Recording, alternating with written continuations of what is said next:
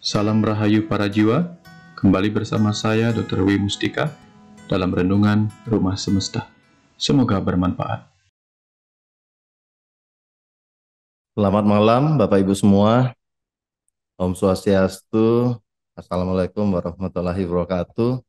Salam, nama budaya, salam sejahtera untuk kita semua. Salam Rahayu Bapak Ibu semua. Apa kabar Bapak Ibu? Mohon izin untuk feedback, suara saya sudah cukup jelas Bapak Ibu semua. Terima kasih Pak Surya Dharma. Izin ada beberapa yang hadir di sini, sudah hadir. Selamat malam Pak Nanan. Ada yang dari Pak Surya Dharma, salam sehat. Wah, kebetulan dapat notif WA ya.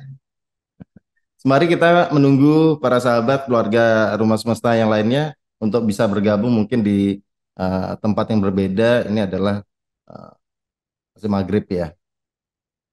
Kemudian Pak Nanan, Dayu Dewi, Ibu Rodiah Damayanti dari Madiun. Salam kenal Ibu.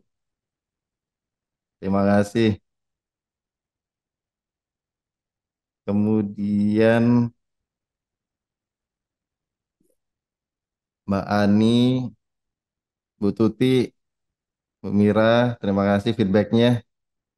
Baik, Bapak Ibu semua, sambil juga kita menunggu para sahabat yang lainnya, terima kasih Bapak Ibu semua sudah kembali hadir di Dialog Rumah Semesta, wadah kita untuk berdiskusi, untuk menerima pembelajaran-pembelajaran dari kehidupan dan pesan-pesan dari aliran pesan dari Rumah Semesta atau semesta pengetahuan dari semesta tak terbatas.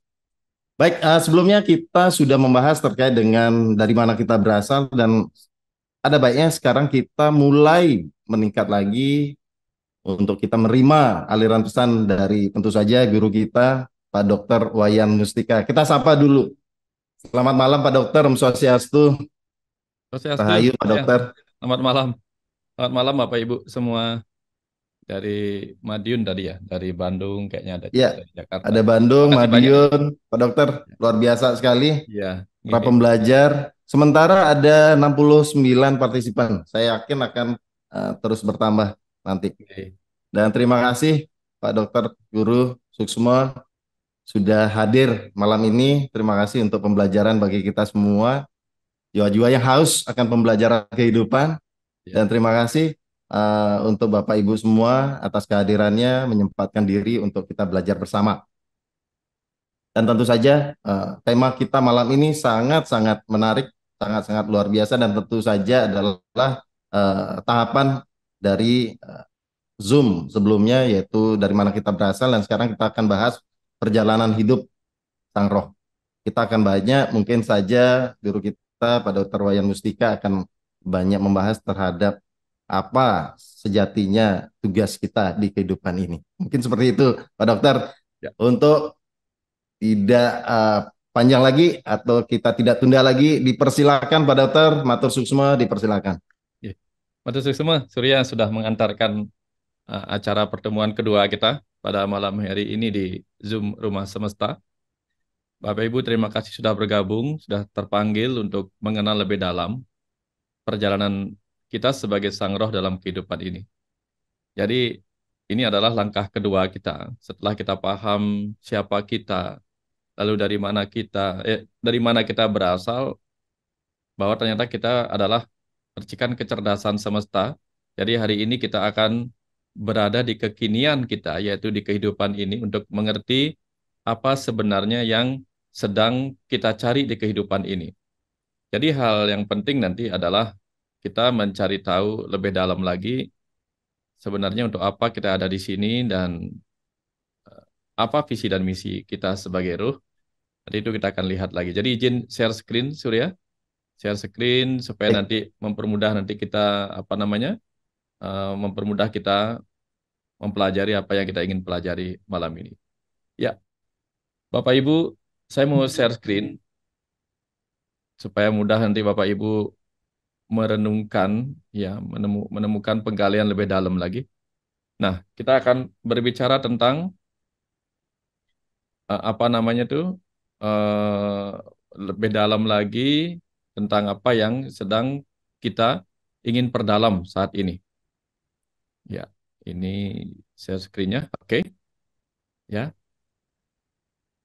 Saya mau show dulu biar lebih lebih jelas kelihatan ininya. Oke. Ya, Bapak Ibu. Jadi malam ini perjalanan hidup sang roh itu adalah tentang keberadaan kita melakukan perjalanan yang sifatnya memang sementara di kehidupan bumi ini. Tapi jangan sampai perjalanan hidup kita yang sangat singkat di bumi ini dalam tubuh manusia ini tidak menghasilkan apapun sebagai bekal kesadaran kita ketika kita pulang nanti, meninggalkan tubuh yang sedang kita tempati saat ini. Nah, berbicara tentang perjalanan, tentu kita harus paham dulu apa sih yang kita butuhkan ketika kita melakukan suatu perjalanan, ya. Apa yang kita butuhkan ketika kita melakukan suatu perjalanan dan tentu saja kalau kita yang sudah terbiasa nih ya, terbiasa melakukan perjalanan dengan pesawat terbang mau keluar negeri misalnya atau mungkin dengan kereta api, maka kita akan ditanyakan identitas kita. Nah, identitas kita.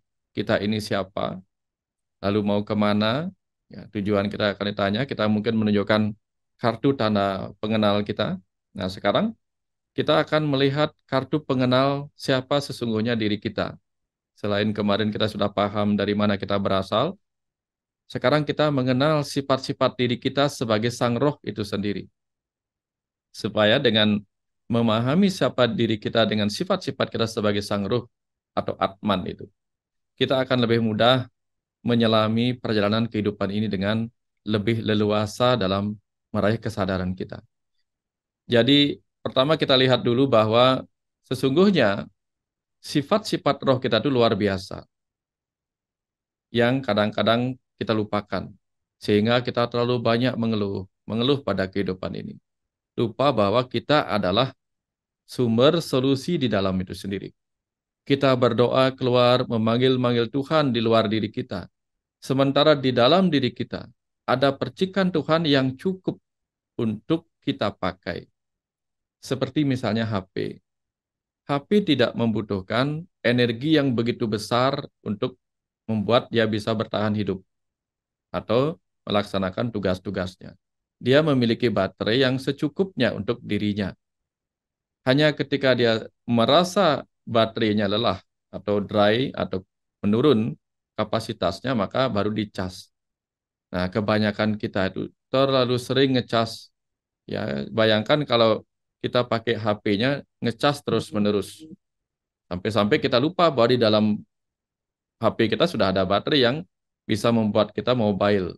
Jadi ada percikan Tuhan dalam diri kita yang sebenarnya membuat kita bisa mobile kemana-mana dan selalu terhubung dengan Tuhan. Sayangnya kita ya terlalu banyak, terlalu sering mengeluh kepada Tuhan di luar.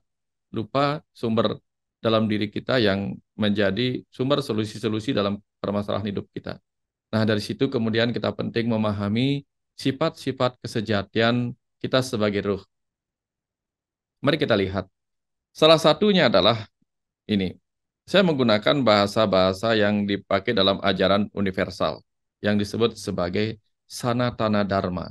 Jadi sebelum Hindu itu lahir sebagai sebuah agama, ini ada ajaran-ajaran filosofis yang ditemukan oleh orang-orang suci di masa lalu melalui perenungan-perenungan yang disebut kemudian sebagai Sanatana Dharma, kebenaran yang abadi. Jadi pemahaman ini. Nah, di sana dikatakan bahwa Atman, Atman itu adalah percikan dari Parama Atman. Parama itu artinya yang di atas, yang utama, yang maha. Jadi maha Atman, ada Tuhan. Nah, jadi Atman itu sendiri adalah percikan kecerdasan semesta tak terbatas. Nah, karena dia percikan kecerdasan semesta tak terbatas, tentu kemudian kita bisa paham bahwa kita adalah percikan dari Tuhan itu sendiri. Ya, karena itu kemudian kita memiliki sifat-sifat yang hampir sama, bukan hampir lagi, bahkan sama dengan Tuhan itu sendiri. Karena Atman itu tidak diciptakan, sebagaimana Tuhan tidak diciptakan. Atman tidak dilahirkan, walaupun dia masuk ke dalam tubuh yang bisa terlahir dalam kehidupan ini.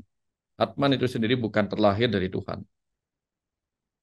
Bahwa kemudian di dalam acara-acara kita sering menyebutkan kita sebagai anak-anak semesta, bukan berarti yang dimaksud adalah anak-anak yang lahir dari rahim semesta, bukan seperti itu maksudnya. Jadi itu hanya sebuah posisi kita sebagai percikan, sebagai benih. Ya. Dan karena Atman tidak dilahirkan, tidak diciptakan, dia juga tidak terbunuh, tidak termusnahkan. Jadi dia kekal, kekal abadi. Sehingga apapun bentuk siksaan di neraka, yang dikatakan di neraka dilukai, dibakar, itu tidak terjadi. Karena apa? Sifat Atman itu tidak terbakar oleh api, tidak terkeringkan oleh angin, tak terlukai oleh senjata. Ya, ada di mana-mana di dalam semesta kecil tubuh kita ini.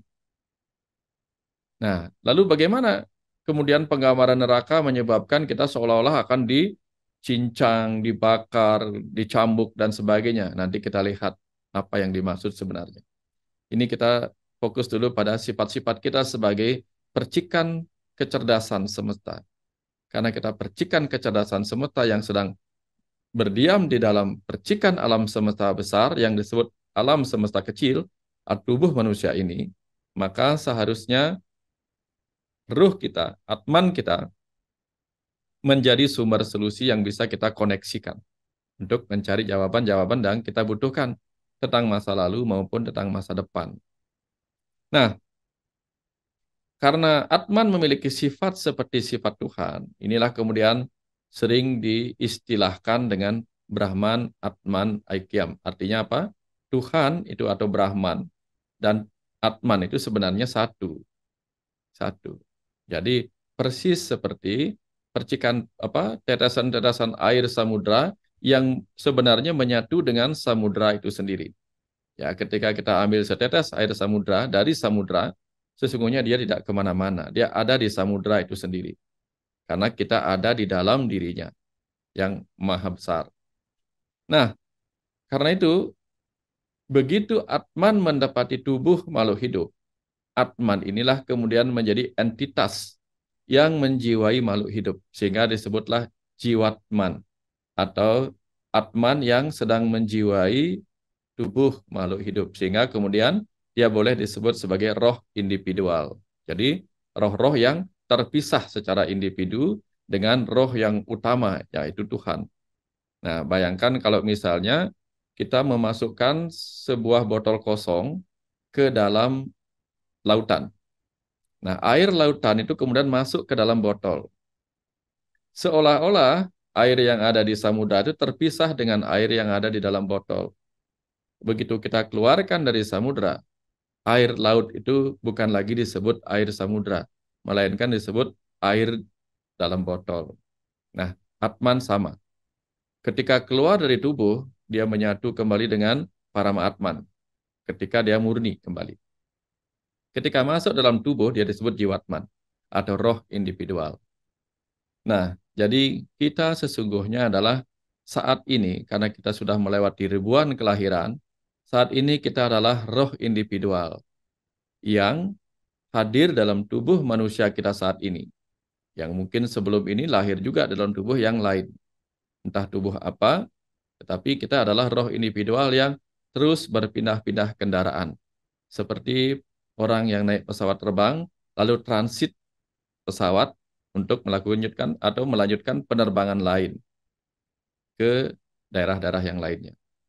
Nah, sejak menempati tubuh makhluk hidup, ya, pertama kali menempati tubuh makhluk hidup, disitulah percikan Tuhan yang disebut Atman, yang awalnya murni itu, kemudian mulai diwarnai oleh sifat-sifat energi, ingatan-ingatan, atau juga pengaruh-pengaruh maya dari tubuh yang ditempatinya. Inilah yang kemudian disebut sebagai pengaruh panca maya kosa. Jadi begitu keluar dari tubuh, maka Atman kita yang awalnya murni itu kemudian membawa sisa-sisanya, sisa-sisa cara kita menggunakan energi, menggunakan pikiran, ingatan, dan pengetahuan-pengetahuan atau yang lainnya, kebahagiaan-kebahagiaan yang disebut pancamaya kosa tadi.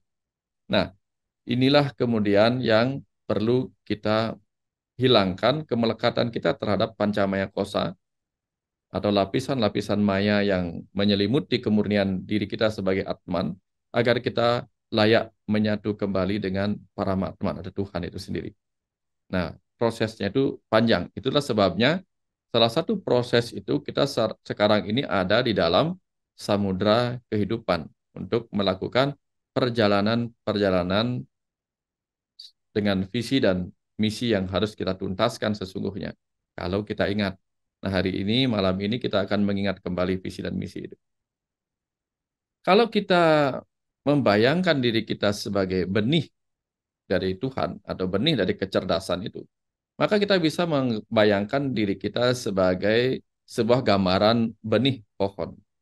Benih pohon. Ya, ini kita lihat ada benih pohon di sini yang tumbuh dari biji, lalu mulai bertumbuh batang, ya, mulai mekar daunnya, mungkin kelak bunga, dan terus dari satu batang menjadi bercabang-cabang, ranting, dan seterusnya. Berbicara tentang benih, kalau kita lihat benih pohon itu materialnya berasal dari bumi. Sehingga karena materialnya berasal dari bumi, maka dia pun akan memperbesar material tubuhnya dengan mengambil materi-materi yang sama yang berasal dari bumi. Nah, ini poin di sini. Perhatikan sekali kata-katanya. Benih pohon, karena materialnya dari bumi, maka dia akan bertumbuh besar, mengambil materi-materi juga dari bumi. Sementara benih kecerdasan semesta yang ada di dalam pohon itu akan bertumbuh bersama permainan kecerdasan di alam semesta. Apakah pohon mempunyai kecerdasan? Ya, dulu waktu saya kecil saya diajarkan bahwa tumbuh-tumbuhan hanya mempunyai tenaga yang disebut bayu. Dia tidak mempunyai suara atau sabda, apalagi idep atau pemikiran. Sayangnya, belakangan penelitian lebih jauh telah menunjukkan bahwa ternyata pohon-pohon itu memiliki kecerdasan. Inilah sebabnya orang-orang cerdas masa lalu, para pertapa, bisa berkomunikasi dengan kecerdasan yang ada pada pohon. Sehingga mereka bisa menemukan mana pohon yang bisa dipakai obat ini, obat itu. Karena mereka berdiskusi, berdialog dengan pohon itu. Dialognya persis kira-kira seperti Newton ketika dijatuhin buah apel. Ya, dia langsung mengerti gravitasi. Jadi dialirkan insight dari dalam. Nah, jadi kecerdasan semesta dalam benih pohonlah yang menyebabkan pohon bisa beradaptasi dengan situasi-situasinya dan berevolusi. Sebagai contoh yang sering saya sampaikan, pohon yang tumbuh di tengah hutan itu, ya, pohon yang sejenis dan tumbuh di tengah hutan. Suatu ketika daun-daunnya dimakan oleh gajah. Lalu pohon-pohon sebelahnya tiba-tiba memproduksi zat yang membuat daunnya tidak lagi sama dengan daun pohon-pohon yang sama di sebelahnya. Jadi dia mengalami perubahan kimiawi di dalam daunnya. Akhirnya ketika beberapa gajah pindah ke pohon berikutnya, gajah ternyata tidak lagi suka memakan daun dari jenis pohon yang sama. Karena daunnya tiba-tiba berubah kimiawinya. Di daerah gurun, ya, bukan gurun pasir, ada di daerah ya padang, ada padang gurun ya, ada pohon-pohon juga di sana. Di sana terjadi proses evolusi, evolusi rumput melawan kuda. Bagaimana rumput kemudian dengan kecerdasannya menyerap mineral-mineral yang berupa silika, pasir silika. Karena apa? Karena begitu banyaknya populasi kuda, rumput mulai habis. Generasi rumput belum sempat hidup, sudah dimakan lagi sama kuda. Akhirnya generasi itu kemudian mengembangkan dirinya sebagai rumput yang mampu menyerap pasir silika dan akhirnya menjadi rumput yang tajam daun-daunnya. Nah, gara-gara daunnya tajam, beberapa kuda populasinya menurun gara-gara begitu makan rumput, kuda itu lidahnya menjadi robek. Nah, kuda itu lidahnya robek dan akhirnya ya sariawan, akhirnya tidak bisa makan dan matilah. Tapi kemudian kuda juga melakukan proses evolusi. Akhirnya dia mengembangkan lidah-lidah pada anaknya yang lebih kuat menghadapi daun-daun dari rerumputan yang tajam itu. Hal yang sama terjadi pada pohon-pohon tinggi yang bersaing dengan jerapah.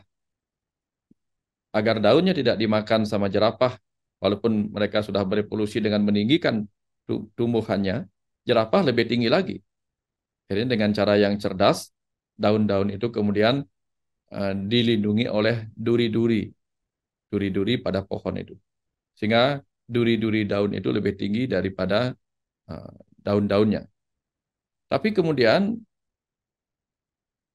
unta, jerapah, itu kemudian mengembangkan lagi lidah yang kemudian bisa meliuk-liuk dan tidak terluka oleh duri-durinya itu. Nah, ini contoh bagaimana kecerdasan di dalam tumbuh-tumbuhan dan hewan itu saling berinteraksi dan saling bersaing.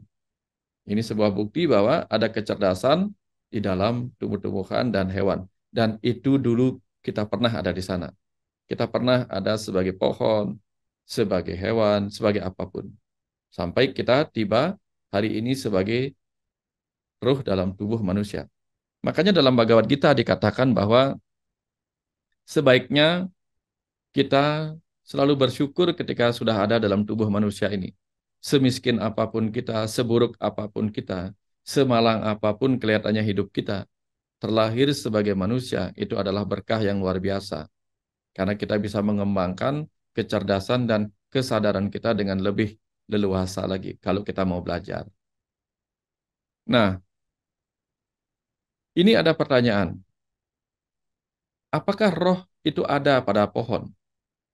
Kalau kita berbicara tentang roh ada pada pohon, tentu kita akan kesulitan. Karena selama ini penggambaran kita tentang roh adalah, ya seperti ketika kita orang melihat makhluk halus, melihat kuntilanak, atau melihat roh-roh gentayangan, dan sebagainya. Sehingga kita bingung, lalu roh pohon bagaimana?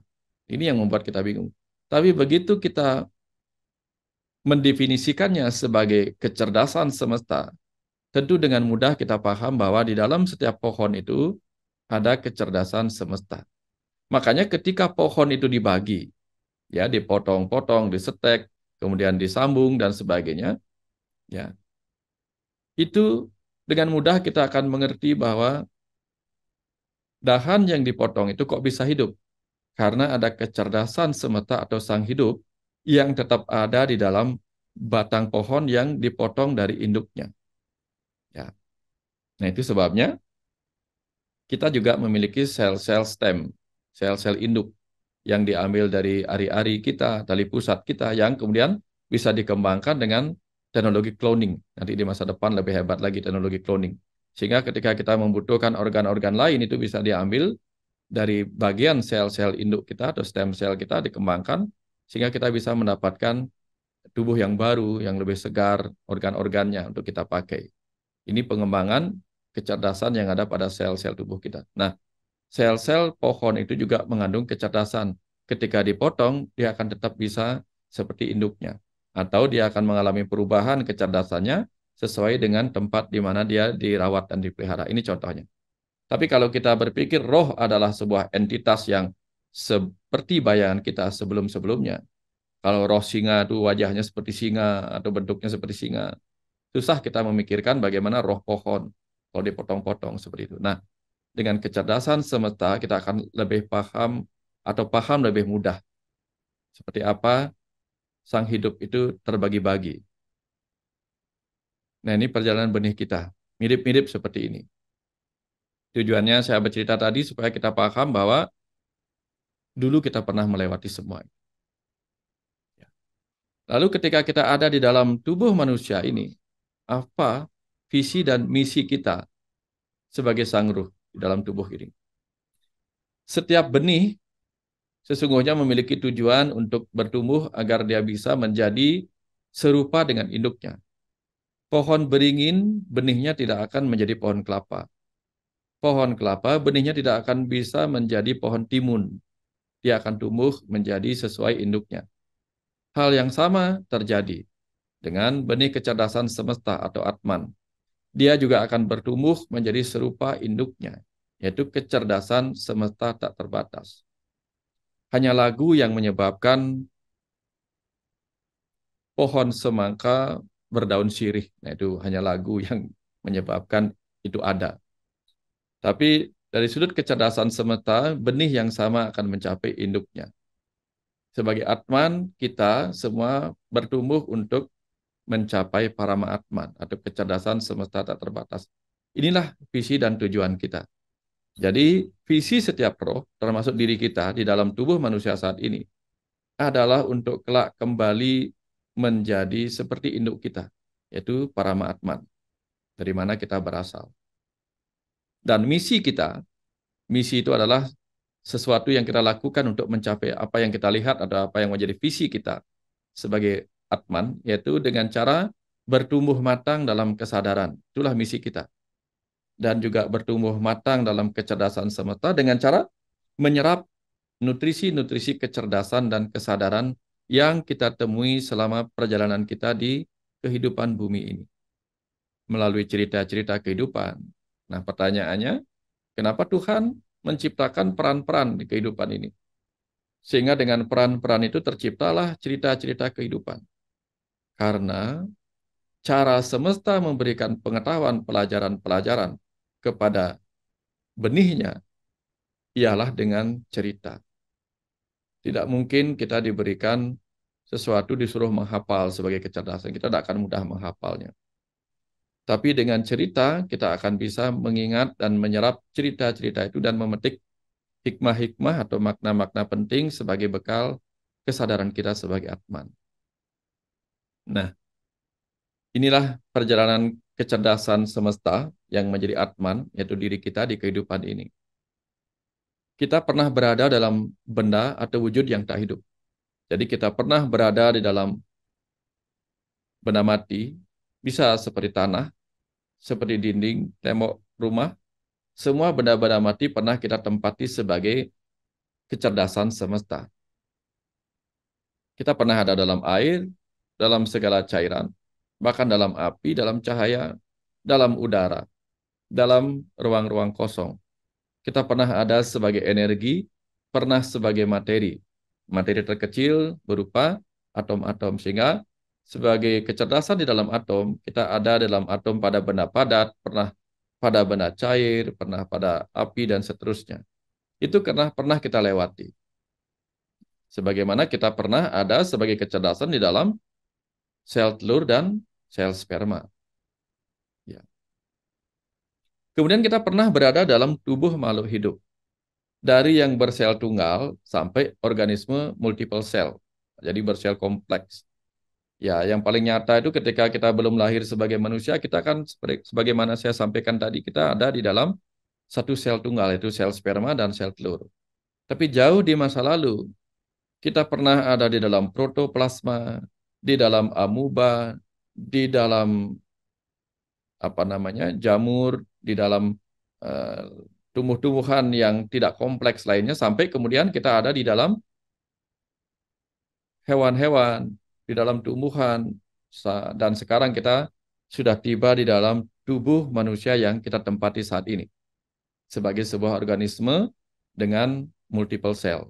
Maka cukup panjang perjalanan kita sampai tiba gilirannya ada di dalam tubuh manusia kita saat ini.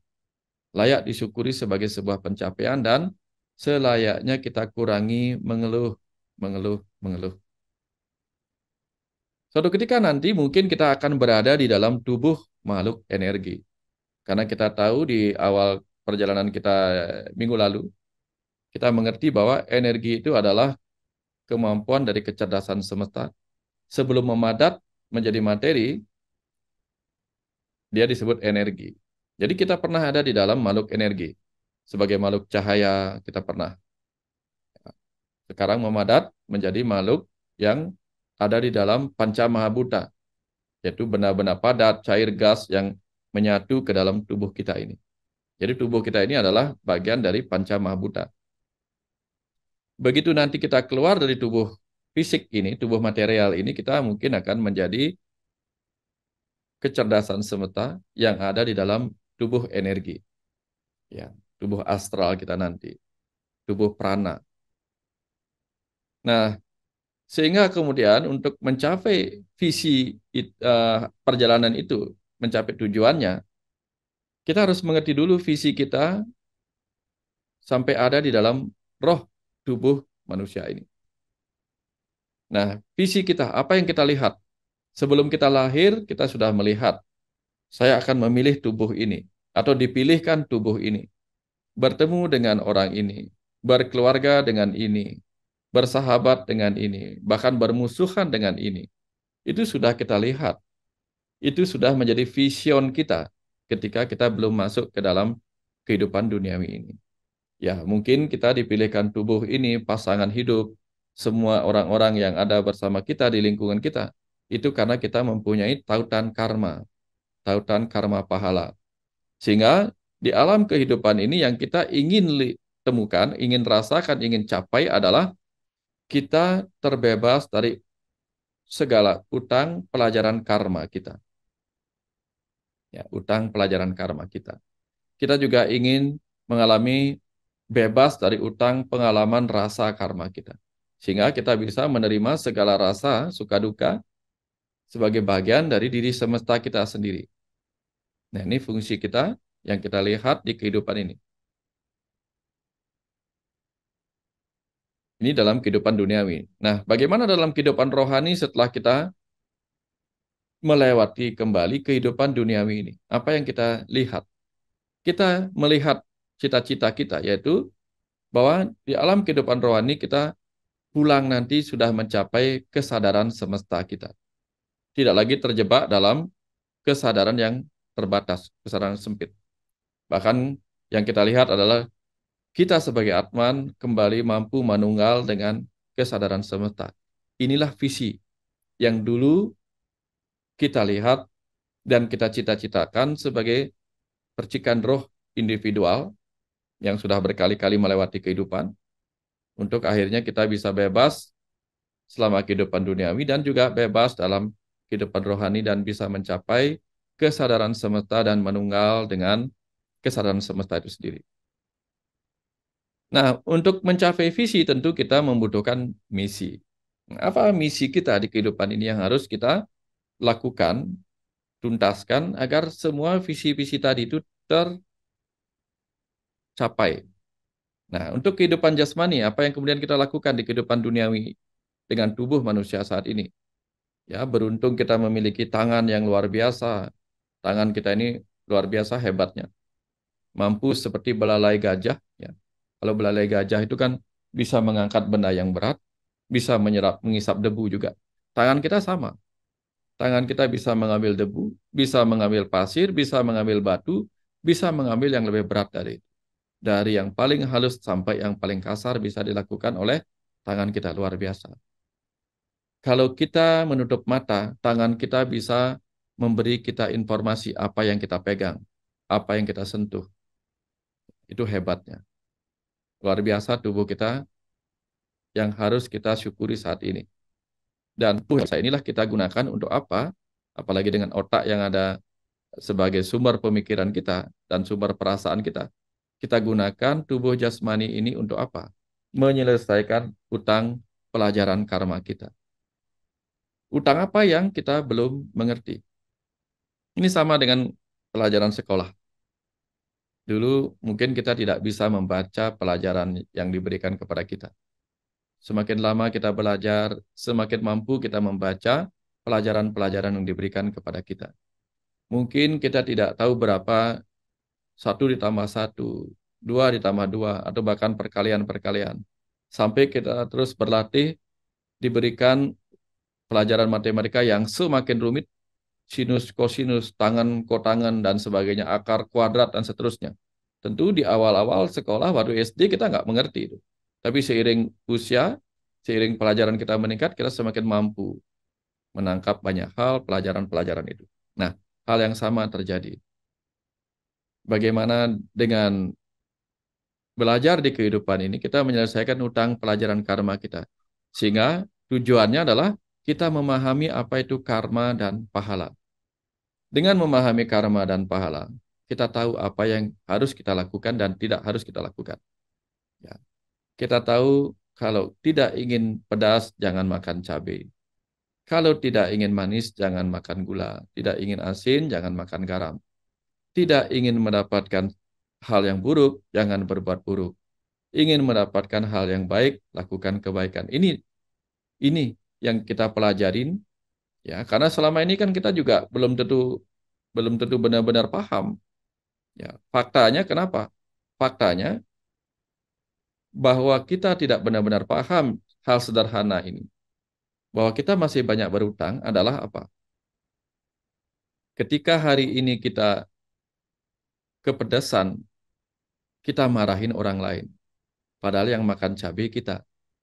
Ketika kita keasinan, kita marahin orang lain. Padahal yang kita makan adalah garam, kita yang makan. Artinya, ketika hari ini kita banyak mengalami kegagalan yang kita salahkan orang lain. Padahal karma pahala itu adalah datang dari diri kita sendiri. Nah, artinya selama kita masih menyalahkan orang lain atas apa yang kita alami, yang kita terima saat ini, tanda-tanda kita belum benar-benar memahami hukum karma dan pahala, dan kita masih benar-benar berhutang dengan pelajaran ini. Tidak mengerti bahwa segala hal itu disebabkan oleh diri kita sendiri, kembali kepada diri kita. Ya. Kalau kita bodoh, itu karena kita tidak mau belajar. Kalau kita lemah, itu karena kita tidak makan, dan seterusnya. Jadi, semua itu tidak perlu kita salahkan kepada orang lain. Tapi coba saksikan di berbagai media sosial. Banyak orang mengeluh, menyalahkan orang lain. Tanpa sadar bahwa orang yang masih menyalahkan orang lain, dia belum belajar. Belum belajar mengenali hukum karma pala sebagai reaksi-reaksi dari egonya. Begitu dia mulai menyalahkan dirinya sendiri, dia mulai belajar. Begitu dia lulus, dia tidak lagi menyalahkan siapa-siapa. Nah, kebanyakan kita masih di tahap belum belajar. Sehingga kita sering menyalahkan orang lain. Menyalahkan benar-benar di sekitar kita sebagai penyebab dari diri kita sendiri. Padahal kitalah yang salah mengambil tindakan atau karma, sehingga mendapatkan pahala yang tidak kita inginkan terjadi pada diri kita. Ini bahan perenungannya. Lalu bagaimana tentang menyelesaikan hutang pengalaman rasa karma? Menyelesaikan hutang pengalaman rasa karma. Artinya apa? Artinya kita menerima segala dualitas rasa karma itu sebagai bagian dari apa yang pernah kita lakukan. Ya. Contoh nyatanya, ya bukan nyata sebenarnya, contoh yang diterangkan. Resi Bisma menerima dirinya dipanah oleh Sri Kandi. Karena dia tahu bahwa di masa lalu dia pernah membunuh Dewi Amba tanpa sengaja. Ya. Sri Krishna mengizinkan dirinya terpanah oleh seorang pemburu yang bernama Kijara pada saat Sri Krishna sedang meditasi. Dia tidak marah karena dia tahu Kijara itu tidak bersalah. Kijara adalah dulu di masa Sri Krishna menjadi Rama, Kijara adalah Subali yang terpanah oleh anak panah yang dia lepaskan. Nah, mereka yang mengalami kesadaran rohani yang dalam akan mengerti bahwa segala rasa sakit yang dia terima dari orang lain adalah rasa sakit yang sama yang pernah dia sebabkan pada orang lain di masa lalu. Sehingga ketika dia disakitin orang, alih-alih membalas, dia akan memilih untuk diam, merenung, lalu mencoba mencari di masa lalu. Jangan-jangan dulu saya lah yang berbuat baik, berbuat buruk kepada orang ini sehingga saya disakiti. Nah, dengan cara demikian, ia tidak membalas, melainkan memaafkan orang yang berbuat buruk kepadanya, sekaligus memaafkan dirinya sebagai ruh yang pernah berbuat buruk di masa lalu kepada kehidupan yang lain. Ini contoh bagaimana orang yang mampu menyelesaikan hutang pengalaman rasa karmanya. Ketika dia berbuat baik, dia tidak lagi ingin mendapatkan balasan dari perbuatan baiknya. Karena yang dia pikirkan adalah, jangan-jangan kebaikan yang saya lakukan hari ini adalah cara saya melunasi utang kebaikan orang-orang di masa lalu. Sehingga dari situ kemudian dia bisa berbuat tulus. Tulus melakukan kebaikan dan ikhlas menerima keburukan. Ini contohnya. Tulus melakukan kebaikan karena sebagai penebusan hutang kebaikan terhadap orang lain.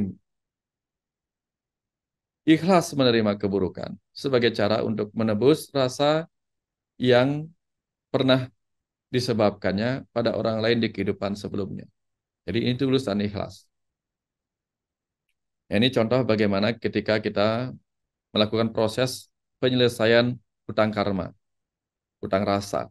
Jadi ada dua ya, hutang pelajaran karma dan hutang rasa karma.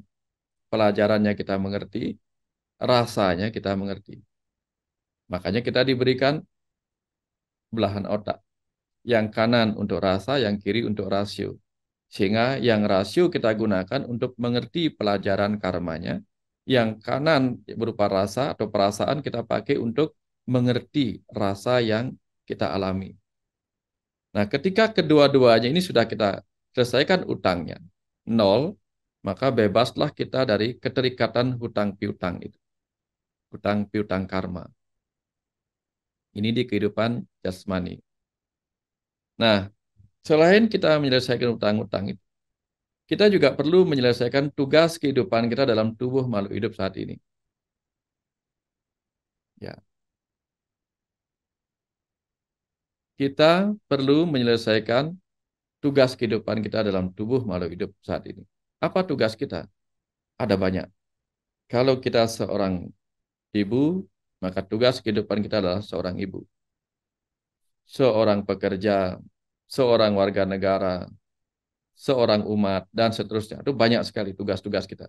Jadi tidak ada satu tugas dalam satu kehidupan. Kita banyak memiliki tugas. Di satu sisi kita adalah seorang anak bagi orang tua yang masih hidup, sekaligus mungkin kita adalah orang tua bagi anak-anak kita yang sudah punya anak. Kita sekaligus teman bagi sahabat-sahabat kita. Kita sekaligus karyawan ketika kita bekerja. Maka itulah yang kita tuntaskan.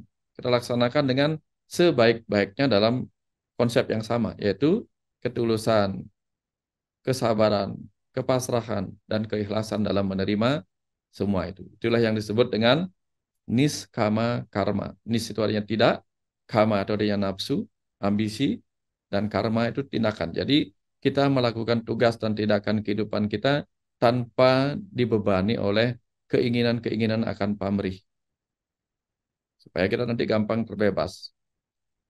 Karena kalau kita terlalu pamrih, terlalu memikirkan hasil, seringkali kemudian kita akan terjebak oleh kekecewaan. Terjebak oleh kekecewaan menyebabkan perasaan kita tersakiti. Akhirnya tersakiti membuat ego kita bereaksi. Entah membalas orang yang menyakiti kita atau menjauh dari orang yang menyakiti kita. Akibatnya kemudian kita tidak menuntaskan hutang pelajaran dan pengalaman rasa karma kita. Nah, selain tugas itu, kita juga harus sembari menyerap pelajaran kehidupan dalam setiap cerita kehidupan yang kita dapatkan, kita alami melalui tugas-tugas yang kita jalankan dari pagi sampai malam itu. Nah, ilustrasi yang sering digambarkan adalah kita harus bisa bagaikan sapi yang sedang diajak membajak sawah. Sembari membajak sawah, menggemburkan sawah, sapi itu juga memakan memakan rumput-rumput yang tercerabut dari sawah-sawah yang tadinya sudah mengering gitu. Nah, artinya se- selama kita melaksanakan tugas kehidupan, kita juga mengamati dan menyerap pelajaran-pelajaran kehidupan itu untuk mendapatkan makna-makna yang kita akan penting jadikan bekal yang menumbuhkan kesadaran dan kematangan kita sebagai ruh dalam kehidupan ini. Akhirnya dengan menyerap itulah kita akan mencapai peningkatan kesadaran di dalam setiap tahap kehidupan kita. Jadi apapun yang sedang kita hadapi, kita menyadarinya. Menyadari itu sebagai bagian dari pembalasan atau pembayaran utang karma, menyadarinya sebagai bagian dari hal yang harus kita lewati. Inilah tujuan kita menjalani kehidupan ini dengan penuh kesadaran dalam setiap tahap kehidupan kita. Nah, untuk menuntaskan misi itu sudah selesai di kehidupan duniawi. Lalu untuk menuntaskan misi kita sebagai ruh dalam kehidupan rohani, apa yang kita lakukan? Karena ruh kita akan selalu berpindah dari tubuh yang satu ke tubuh yang lain. Maka di setiap tubuh yang pernah kita lewati, ya, yang dulu mungkin sudah kita lewati tanpa mempelajarinya, hari ini kita akan melewati tubuh kita saat ini dengan mempelajarinya. Inilah saatnya kita mulai mengerti bahwa betapa penting demi kehidupan rohani kita berlatih menggunakan tubuh fisik kita yang disebut sebagai anamaya kosa.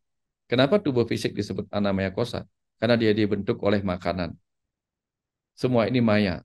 Kelak tubuh kita ini akan hancur kembali menjadi bumi, tanah, air, udara yang dulunya menyatu menjadi makanan yang kita makan dan membentuk tubuh fisik ini. Ya, setelah mendapatkan tubuh fisik, apa yang kita gunakan?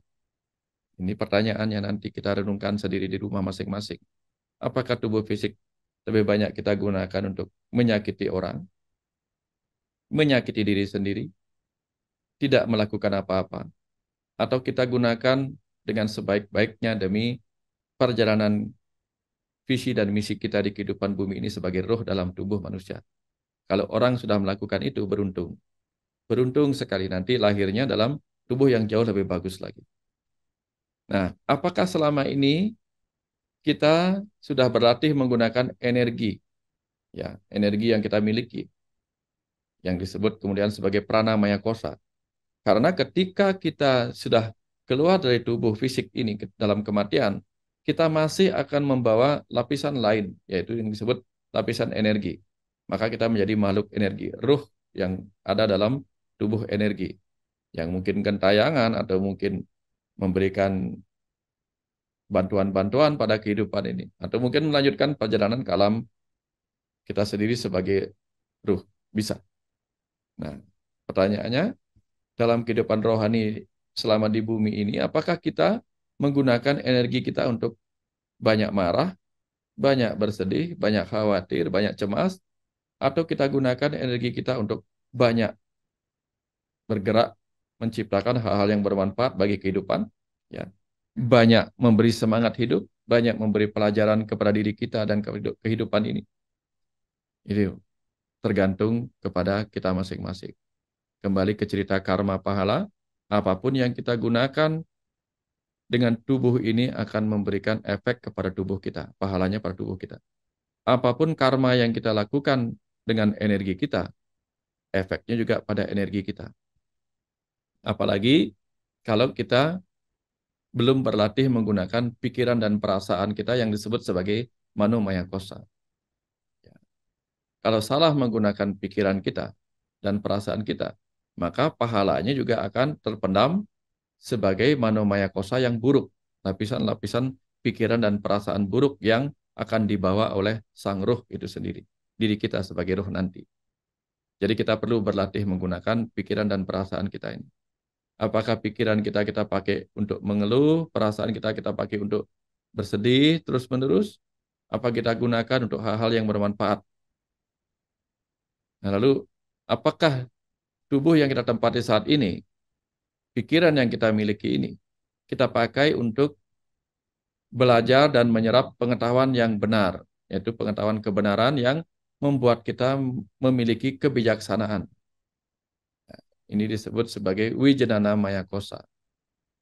Inilah yang akan kita bawa nanti ketika kita pulang sebagai roh individual. Sebelum kita kembali murni sebagai Atman. Ya. Ini kita akan bawa ke tubuh yang baru atau Anamaya Kosa yang baru. Kita pindah pesawat dengan bekal-bekal di bagasi, di kabin. Ini semuanya itu ya energi, pikiran, pengetahuan itu barang-barang yang kita bawa meninggalkan pesawat tubuh itu. Kita perlu berlatih untuk juga mengendalikan kebahagiaan kita. Karena beberapa dari kita itu terlalu mensyaratkan kebahagiaan. Kita bahagia kalau begini, bahagia kalau begitu. Sedih kalau tidak terjadi apa yang kita inginkan. Kecewa kalau tidak terjadi apa yang kita inginkan. Sehingga kita tidak menjadi pengendali atas kebahagiaan kita. Melainkan hal-hal di luar diri itulah yang menjadi pengendali atas kebahagiaan kita. nggak dapat yang diinginkan, marah, kecewa, sedih. Akhirnya kita terjebak oleh itu. Ini menjadi andana maya kosa kita. Nah, di kehidupan rohani inilah misi kita menyelesaikan tugas-tugas kita berlatih menggunakan panca maya kosa ini. Kalau sini sudah beres semuanya, sudah pure, sudah murni semua, maka seluruh lapisan-lapisan maya ini pelan-pelan akan menjadi kotoran-kotoran yang terkelupas. Dan kita menjadi seperti serupa bawang yang dikupas. Satu demi satu kulitnya terkelupas. Dari yang paling kotor sampai yang paling jernih, sampai yang paling bening, dan akhirnya yang tersisa kekosongan yang berisi air mata, kebahagiaan. Nah, untuk melewati semua itu, melewati tugas kita menyelesaikan visi dan misi kita di kehidupan ini, kita kemudian ditawarkan 4 tahapan dalam kehidupan ini untuk kita tuntaskan juga. Ini ya 4 tahapan. Hanya menggunakan istilah-istilah dalam ajaran Sanatana Dharma. Yang pertama Brahmacharya, Brahmachari. Brahmachari itu saya diajarkan bahwa itu berasal dari kata Brahma dan Acharya. Brahma itu artinya pencipta, Acharya itu guru. Sehingga di masa Brahmacharya kita belajar berguru kepada Sang Pencipta. Sehingga dengan melihat segala ciptaan ini, kita akhirnya paham bahwa seluruh ciptaan ini mempunyai sebuah hakikat, yaitu bahwa segala ciptaan itu mengandung dualitas. Ya, semua ciptaan yang material ini mengandung dualitas. Sebagaimana pernah kita lihat sebelumnya, atom itu mengandung elektron dan proton. Di elektron sendiri yang bermuatan negatif itu ada positron, yaitu positif elektron. Di proton sendiri yang bersifat positif itu juga ada negatifnya. Jadi setiap hal memiliki dualitas. Atau bahasa sederhananya ada tesa dan ada antitesa. Setiap orang mempunyai baik dan buruk. Jadi ketika kita membenci keburukan kita dan hanya mencintai kebaikan diri kita, itu kita artinya belum paham bahwa kita dan semua orang di kehidupan ini mempunyai sisi baik dan buruk yang harus kita kendalikan, kita jaga dalam keseimbangan. Ya, kadang-kadang kita karena salah diajarkan dari dulu, kita kemudian mencoba mencari sesuatu yang sempurna. Sementara kita diajarkan juga bahwa tidak ada yang sempurna di dunia ini. Sudah tahu tidak ada yang sempurna di dunia ini, bahwa semuanya ada baik dan buruk, tapi kita mengeluh terhadap kesempurnaan, terhadap ketidaksempurnaan itu sendiri. Sudah tahu bahwa adanya baik dan buruk pada setiap hal itu, menandakan itu tidak sempurna, harusnya kita terima. Tidak usah mengeluh karena memang tidak sempurna. Atau sebaliknya, kalau baik dan buruk yang menyatu dalam setiap hal itu kita sebut kesempurnaan, maka segala sesuatunya sudah sempurna apa adanya. Lagi-lagi kita tidak punya kesempatan untuk mengeluh, karena semua sudah sempurna apa adanya dengan segala dualitasnya. Tugas kita adalah mencapai rasa sempurna itu sendiri. Yang disebut rasa sempurna adalah rasa sama purna. Sama artinya sama, purna artinya akhir. Sehingga pada akhirnya, pada akhirnya kita bisa menerima segala sesuatu dengan rasa yang sama, yaitu sama-sama ikhlas. Itulah tujuan kita memahami bahwa segala sesuatu ini sudah sempurna dengan segala dualitas yang ada di dalamnya. Itu di masa Brahmacharya. Begitu kita menyadari bahwa segala sesuatunya adalah dualitas, maka kita mencoba memasuki masa berikutnya, tugas berikutnya, yaitu tugas untuk berlatih menjadi ayah ibu semesta itu sendiri. Ayah ibu semesta melalui proses berumah tangga. Ya, Grahasta Asrama, berumah tangga, di mana kita belajar untuk menyatukan segala dualitas duniawi. termasuk dualitas yang ada pada alam semesta kecil wanita dan alam semesta kecil laki-laki yang menjadi suami dan wanita yang menjadi istri. Sehingga dibutuhkanlah pernikahan 4 kali. Pernikahan pertama menikahkan tubuh kita dengan pasangan kita. Pernikahan kedua menikahkan pikiran dan perasaan kita dengan pasangan kita, sehingga menghasilkan kesepahaman. Pernikahan ketiga menikahkan jiwa kita yang maskulin dengan jiwa pasangan kita yang feminim, sehingga masing-masing orang akan seimbang dalam sisi maskulin dan feminim dalam dirinya. Ketika itu sudah terjadi penyatuan itu, penyatuan Ardenare atau laki-laki dan Iswari atau wanita, dia akan menjadi rasa Ardanara Iswari atau Tuhan itu sendiri. Ayah Ibu Semesta. Sebagaimana Rama dan Sinta. Rama itu artinya jiwa, Sinta itu siti, siti tubuh. Sehingga menyatulah sifat maskulin feminim dalam tubuh dan jiwa. Manunggaling kaula Gusti melalui proses berumah tangga. Supaya kita mengerti dalam rumah tangga bagaimana rasanya menghasilkan semesta-semesta kecil yang baru. Sebagaimana kecerdasan semesta tak terbatas menghasilkan benih-benih kecerdasan berikutnya. Nah, di masa berikutnya, di masa Wanaprastha, di usia kita mulai menua, sudah bebas dari urusan rumah tangga, kita berdiam di dalam hutan. Itu dilakukan di masa lalu, dia pergi ke tengah hutan. Di masa sekarang, kita diam dimanapun adalah hutan. Kalau kita menyadari bahwa setiap tempat kita berdiam akan dipenuhi oleh segala dualitas.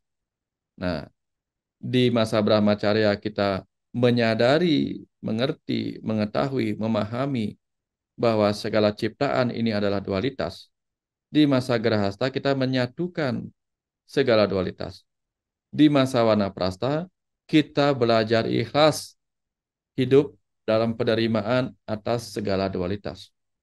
Kita terima diri kita baik dan buruknya.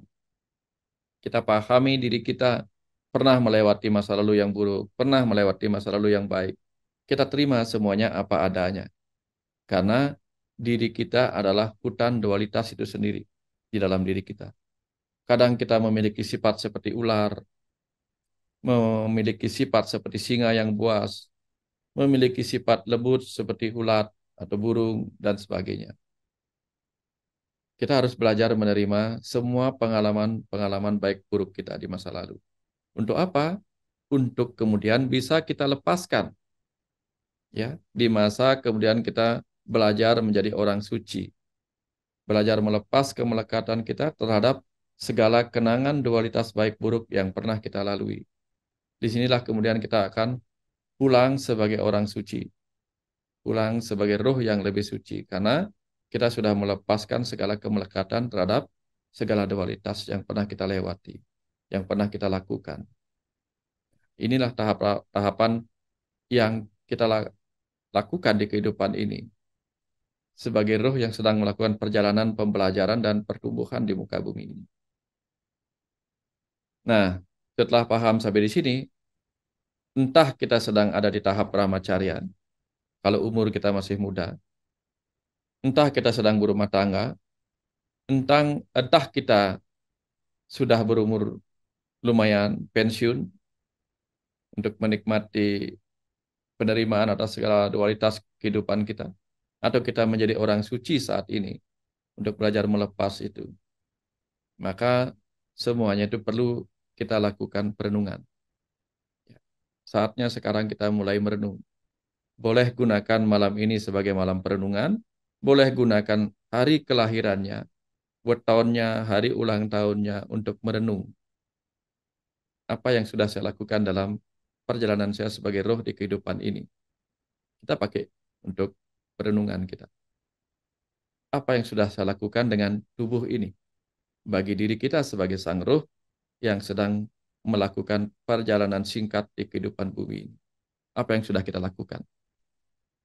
Berapa banyak pelajaran karma yang telah kita pahami dengan kesadaran, ya, bukan karena hukuman ataupun hadiah, bukan karena amal dan dosa, tetapi pelajaran karma kita pahami dengan penuh kesadaran. Benar-benar tahu apa yang harus kita lakukan. Kita mengerti kalau berbuat ini hasilnya ini. Dengan sadar kita tumbuh sebagai roh yang matang. Kemudian berapa banyak utang karma baik yang telah bisa kita terima dengan ikhlas. Utang karma baik, utang karma buruk. Berapa banyak pahala karma baik telah bisa kita syukuri. Apakah kita terlalu banyak mengeluh? Berapa banyak keterikatan dan kemelekatan telah kita lepaskan? Apakah kita masih terjebak pada trauma-trauma masa lalu?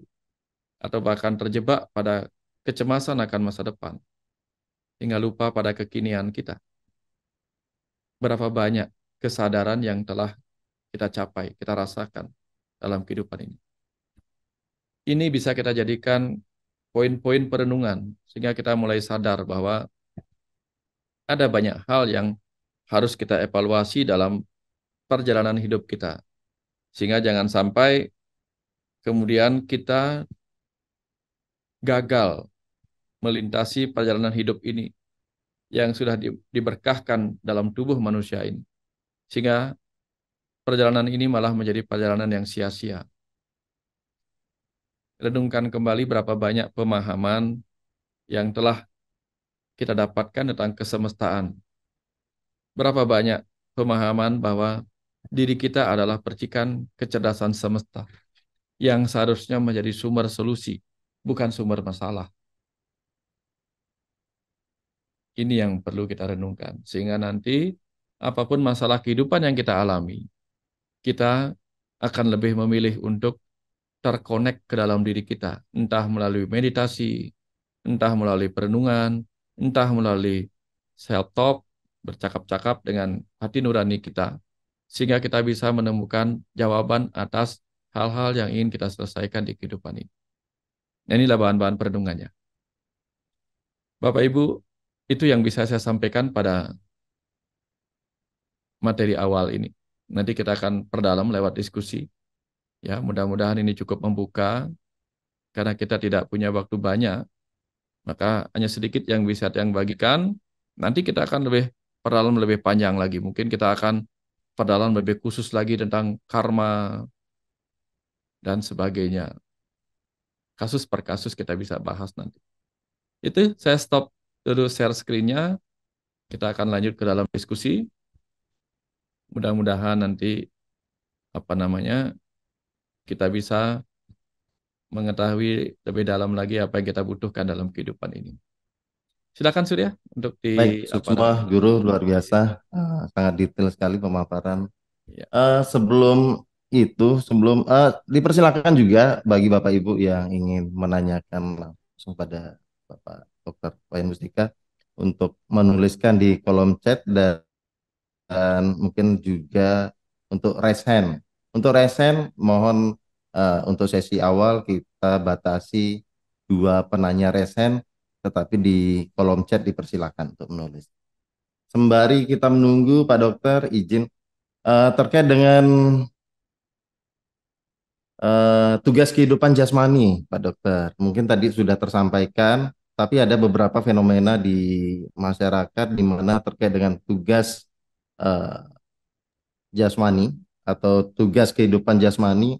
Ada beberapa pertanyaan, Pak Dokter, terkait dengan fenomena di mana ada seseorang atau beberapa orang yang mana dia masih kebingungan terhadap tugas jasmaninya. Bahkan dalam kehidupannya disertai dengan sakit atau hal-hal yang eh, dipenuhi dengan ketidakberuntungan, di mana ketika dipertanyakan, ketika didiskusikan, dan diketahuilah bahwa tugasnya sebetulnya adalah sebagai pengobat ataupun sebagai pemuka agama. Nah, sedangkan dia sendiri masih dalam situasi yang sangat-sangat kebingungan, apakah benar inikah menjadi tugas saya atau tidak. Nah, jika ada pertanyaan seperti itu, apa yang seharusnya dilakukan, Pak Dokter? Silakan. nggih, nggih. Ini kasus yang banyak terjadi di terutama di Bali Surya. Beberapa orang mengalami penyakit apa gejala psikosomatik, penyakit yang disebabkan oleh pikirannya sendiri, kecemasannya sendiri. Nah, ketika dokter tidak menemukan jawaban atas penyakitnya, tidak ada tanda-tanda fisik yang ditemukan secara medis, dia kemudian bertanya kepada orang pintar. Dan orang pintar kemudian secara normatif seringkali akan mengatakan bahwa dia harus ngiring, ngiring bahasanya. Ngiring menjadi penyembuh, menjadi pendeta, dan sebagainya. Beberapa orang berhasil sembuh, tapi beberapa orang malah tambah kacau. Tambah kacau. Ya. Apa sebenarnya yang terjadi kepada orang? Saya mau bagi ilustrasi sedikit tentang buku Journey of Soul karya Dr. Michael Newton yang bercerita bahwa ada seseorang yang terlahir sebagai anak yang waktu kecil kemudian mengalami kecelakaan. Kecelakaan jatuh dari kereta sehingga kakinya terlindas kereta dan dia akhirnya mengalami kelumpuhan. Semasa mengalami kelumpuhan itu, dia bertumbuh dari anak yang jatuh lumpuh menjadi remaja dan seterusnya. Tetapi kemudian dalam proses itu, dia menulis buku. Nah, ketika dia menulis buku, bukunya bagus. Sampai kemudian dia terkonek dengan Dr. Michael Newton dan mengalami proses hipnoregresi. Akhirnya di situ malah dia tahu bahwa kenapa dia terlahir dalam tubuh yang mengalami kecacatan, sehingga dia mengalami kelumpuhan. Nah, dalam proses pencarian itu di masa lalu kemudian ketahuan bahwa dulunya dia lahir sebagai seseorang yang lebih banyak menggunakan fisiknya untuk melakukan hal-hal yang jarang menggunakan pikiran. Sehingga dia merasa ada banyak visi misinya yang tidak beres.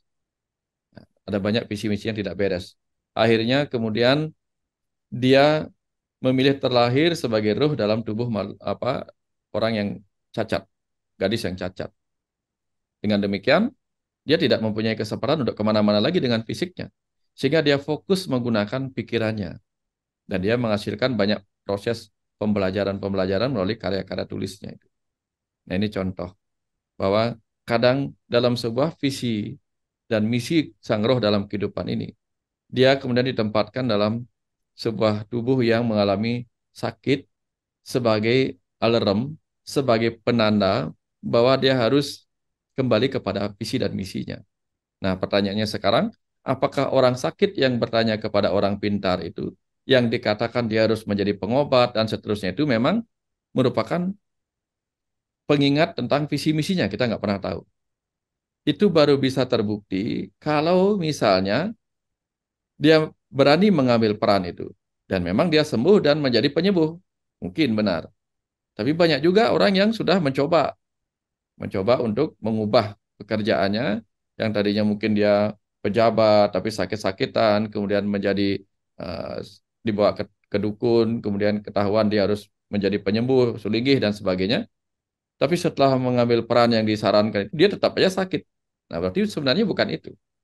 Nah kan kebanyakan kita itu try and error dalam kehidupan ini mencoba untuk kemudian merenungkan benar enggak ini jalannya. Nah ini tidak ada yang salah dalam kehidupan ini. Kadang kita dalam kegelapan ini kita terpaksa coba-coba, raba-raba. Itulah fungsinya. Ketika mata kita tidak mampu melihat, kita meraba-raba. Ketika batin kita tidak mampu melihat masa depan, melihat visi dan misi kita, kadang kita coba-coba, kita raba-raba. Kita ambil ini ya, siapa tahu benar, kita ambil itu siapa tahu benar. Nah, sebagaimana kita juga tidak pernah benar-benar paham apa bakat bakat kita dalam kehidupan ini. Apakah kita punya bakat sebagai penulis, ya, artis, dokter, apa lainnya, jadi kesatria, dan lain-lainnya itu. Kita harus coba-coba. Mana yang kemudian membuat kita bergairah, itulah passion kita. Itu cara kita memahami apa visi kita dalam tubuh ini. Di cerita yang lain kemudian, kita paham bahwa alam kehidupan ini adalah alam manusia. Bagi kita, alam manusia, alam naraika.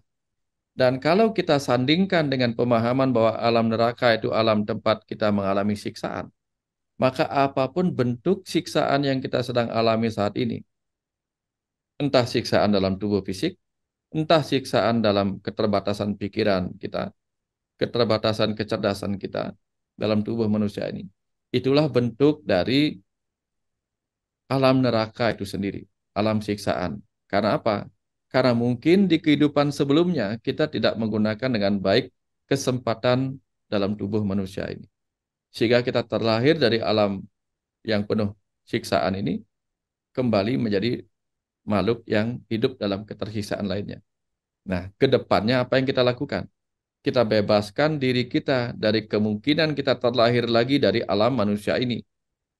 Tapi kita terlahir dari alam rohani. Alam rohani atau alam swarga, sehingga nanti masuknya lagi adalah masuk ke dalam tubuh yang jauh lebih berbahagia dibandingkan tubuh yang sekarang. Jadi kita melakukan proses peningkatan kualitas. Ya mungkin dulu mobil kita mobil ceketer, itu motornya ceketer. Ya kita tingkatkan kecerdasan kita tingkatkan kekayaan kita, sehingga kita kemudian mempunyai kendaraan yang lebih bagus. Nah, sekarang kita memiliki tubuh yang mungkin kurang layak bagi kita. Ke depan kita tingkatkan supaya mendapatkan tubuh yang lebih bagus dengan cara apa? Tingkatkan kekayaan rohani kita. Tingkatkan kekayaan kesadaran kita. Kekayaan kecerdasan kita. Sehingga nanti lahir ke dalam tubuh manusia yang lebih bagus lagi dari sekarang. Daripada menyesali apa yang kita alami sekarang, lebih baik kita perbaiki yang sekarang, kita tingkatkan kekayaan kita nanti lahir ke dalam tubuh dengan kualitas yang jauh lebih bagus dari sekarang. Kira-kira seperti itu, Surya. Tambahan-tambahannya. Baik, terima kasih Pak Dokter. Mungkin sekaligus juga menjawab pertanyaan dari Pak Rigo dari Kupang untuk apa yang tadi terpaparkan Suksma gitu. Ada 3 penanya yang sudah raise hand, mungkin saya akan izinkan dari Bapak Arisoma terlebih dahulu. Arisoma, silakan Bapak Arisoma untuk eh, open mic, saya coba bantu. Selamat malam. Ya, Kedengaran selamat nggak, Pak? malam. Selamat malam, Pak Dokter. Pertama, saya ada 2 pertanyaan. Yang pertama, tadi kan dibilang roh itu kan ibaratnya eh, tidak diciptakan begitu kan, tidak bisa diciptakan begitu. Jadi yang pertama itu, pertanyaan pertama saya, kan kita ada banyak kepercayaan. Kan. Menurut Bapak nih, secara opini atau apa, apakah memungkinkan tuh ketika roh yang mencapai surga itu menikmati kenikmatan seperti duniawi, Pak, menurut Bapak nih. Ibaratnya ya dimini-mini, ya istilahnya sama seperti manusia lah, gitu, hubungan suami istri seperti itulah. Karena roh itu kan ukuran sekian rambut seperti itulah istilahnya. Logika saya itu nggak nyampe ke sana masuk akalnya gitu. Itu yang pertama. Itu boleh secara analisanya boleh seperti apa? Gitu. Baik, baik. Kemudian yang Ya, kedua, silakan. oke, yang kedua terkait cloning manusia. Nah, di Amerika sendiri itu cloning manusia itu dilarang. Gitu. Tapi cloning organ-organ tubuh diperbolehkan. Kalau saya pribadi di survei lah, saya setuju cloning manusia. Alasannya apa? Karena tujuan cloning manusia itu adalah menciptakan manusia-manusia yang unggul. Mungkin tahan penyakit, mungkin istilahnya enggak pikirannya positif terus seperti itulah. Artinya tidak akan ada bad guy atau orang jahat. Minimal polisi itu pasti nggak ada perang seperti itu kan. Tujuannya sebenarnya baik. Gitu. Kenapa itu dilarang? Gitu. Pak Dokter ini, cloning manusia. Kalau itu diperbolehkan mungkin sudah jadi lah. Kalau nggak salah tuh tahun 98, kalau nggak salah sudah ada tuh manusia pertama cloning namanya Eve ya. Eve. Jadi bilang istrinya pertama Nabi Adam itu Eve kalau nggak salah ya. Setelah domba doli itu asal cloningnya. Seperti itu. Oke, Jadi kalau pertanyaannya manusia itu silakan Pak pertanyaannya Soma. itu Ya, pertanyaannya itu kalau cloning manusia diizinkan, bagaimana posisi roh sendiri kan roh itu nggak mungkin diciptakan manusia Pak. Gitu. Artinya ini udah menyalahi hukum alam menurut saya. Itu karena itu cloningan itu kan bukan hasil Ya, bisa ditangkap. kreasi manusia, tapi ya. nah seperti itu sih pertanyaan saya. Terima Baik, kasih terima Pak. kasih Pak Arisoma. Mungkin bisa dijawab, Guru. Yang pertama adalah terkait dengan surga. Seperti apa? Apakah juga merasakan hal yang sama dengan situasi sekarang di keduniaan ini? Dan keduanya adalah terkait dengan cloning. Mungkin hal yang sama terkait dengan tumbuh-tumbuhan tadi. Baik, dipersilakan Pak Dokter. Ya, ya. Sering digambarkan bahwa alam sorga itu alam bahagia. Sorga adalah alam bahagia. Dan karena kita terbiasa ada dalam tubuh fisik, kita lalu membayangkan alam sorga yang membahagiakan itu seperti halnya kita bahagia dengan apa yang kita bisa sentuh dengan tubuh fisik ini. Padahal sebenarnya bahkan di dalam tubuh fisik ini ada hal-hal yang membahagiakan tanpa perlu disentuh. Misalnya nih, kita mungkin bahagia bisa menyentuh sesuatu, menyentuh benda, mobil baru, kendaraan baru, HP baru, dan sebagainya, kita bahagia. Tapi ada saatnya kita bahagia hanya dengan melihat. Ada saatnya kita bahagia hanya dengan mendengar. Ya, ada saatnya seperti itu. Bahkan ada kalanya kita bisa bahagia tanpa kita menyentuh apapun, melihat apapun, merasakan apapun. Ya, ini contoh bagaimana sumber kebahagiaan itu bisa terjadi bukan karena adanya hal-hal material. Nah, ketika kita meninggalkan tubuh fisik material ini, kita sebagai roh individual masih membawa 4 dari lapisan maya yang disebut pancamaya kosa tadi, yaitu prana maya kosa, mano maya kosa. Mano maya kosa itu pemikiran kita, dan ananda maya kosa atau kebahagiaan kita. Sehingga begitulah roh individual kita di alam sana bisa merasakan kebahagiaan oleh apa yang bukan disentuhnya, tapi oleh apa yang dirasakannya atau yang dilihatnya walaupun tanpa mata, ya.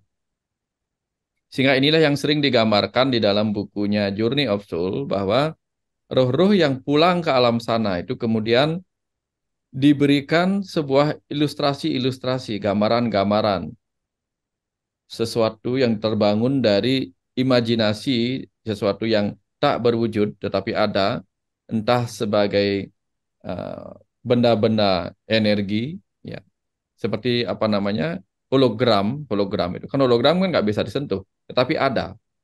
Ya, seperti pelangi nggak bisa disentuh, tapi kita bahagia melihat pelangi, padahal pelangi nggak bisa disentuh.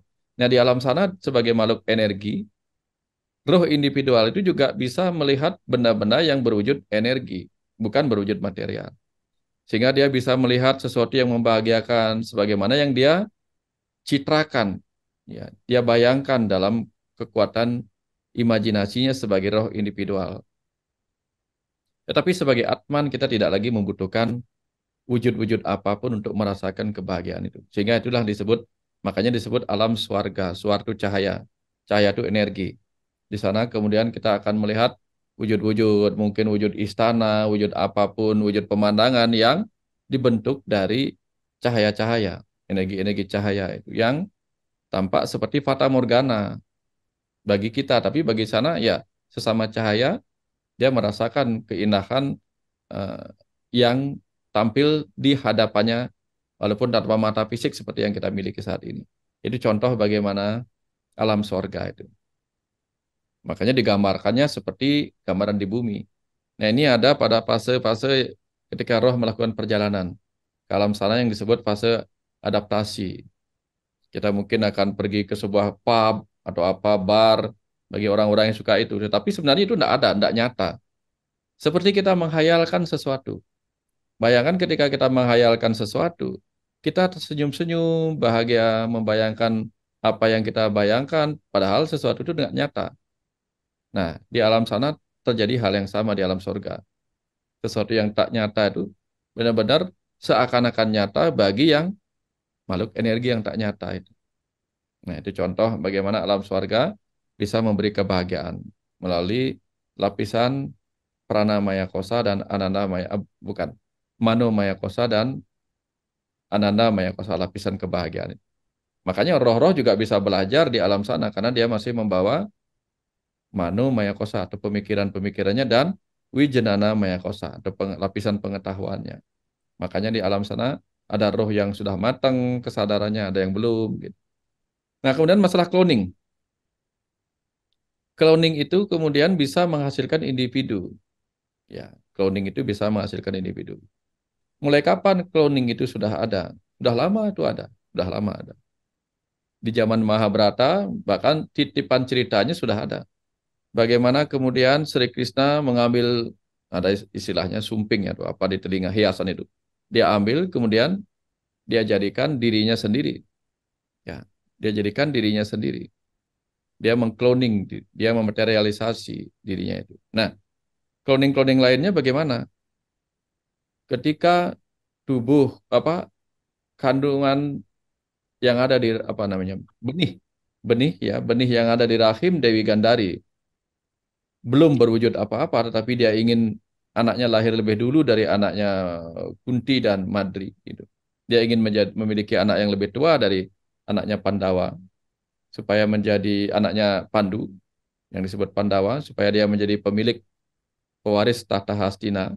Maka dia keluarkan anaknya lebih cepat. Ternyata yang keluar cuma gumpalan darah. Gumpalan darah itu kemudian dipotong-potong oleh Resi Wyasa menjadi 100. Nah, 100 itulah kemudian dimantrai dengan kekuatan. Akhirnya menjadi 100 korawa dari sel-sel benihnya tadi dipotong-potong sedemikian rupa. Nah, ini konsep-konsep yang mirip-mirip dengan cerita cloning itu tadi. Nah, tapi kemudian kita paham, kalau individunya sama, ya benar-benar di cloning ini, benar-benar di cloning. Individu yang A di cloning menjadi individu yang A. Sama-sama. Tubuhnya sama, semuanya sama. Lalu, apakah rohnya akan sama? Ini pertanyaannya. Ini pertanyaannya. Apakah rohnya akan sama? Sementara dunia kita, dunia keilmuan sains itu baru belajar di tingkat bagaimana mengkloning tubuh manusia. Baru mengkloning Ana Maya Kosa. Dia belum pernah memikirkan bagaimana mengkloning Prana Maya Kosa, Mano Maya Kosa, Wijanana Maya Kosa, apalagi kecerdasan itu. Sehingga kecerdasan sebagai Atman itu mungkin saja bisa dikloning karena dia sama sifatnya. Mau dimanapun, mau tubuh apapun, Atman sebagai kecerdasan semesta itu benihnya sama. Dia tidak memiliki sifat-sifat individual. Tapi begitu dia dilapisi oleh Prana Maya Kosa, Mano Maya Kosa, Wijanana dan Anana Maya Kosa, yang tumbuh dari proses pembelajarannya dari kehidupan demi kehidupan, itu yang tidak bisa dikloning oleh dunia sains, karena itu bukan wilayah sains. Wilayah sains itu ada pada dunia materi, fisik, itu bisa dikloning. Fisik manusia diambil selnya secara fisik, dikloning, oke. Tapi sekali lagi, prana maya kosa, mano maya kosa, Anda bisa dikloning. Sehingga tidak mungkin menghasilkan roh individual yang sama. Sehingga belum tentu mempunyai sifat-sifat yang sama. Nah, contoh lainnya apa? Cloning yang terjadi secara alami, anggaplah cloning ya. Anggaplah cloning mirip-mirip dengan cloning, itu kan cloning kan kembar identik gitu. Kalau manusia kan kembar identik. Ada perbedaan sedikit antara eh, bayi kembar, kembar siam itu misalnya, bukan kembar siam, kembar identik namanya itu. Itu sifat-sifatnya nggak selalu sama.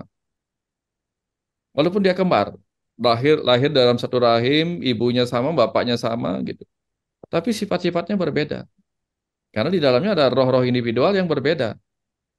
Di masa lalu, dari Dewa Aswin menghasilkan kembar, namanya Nakula Sadewa, memiliki sifat-sifat yang berbeda.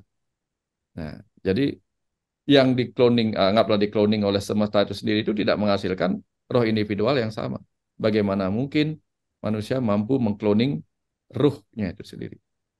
Sehingga nanti akan memiliki tentu sifat-sifat yang berbeda. Ya, sifat-sifat yang berbeda. Jangan kata roh manusia.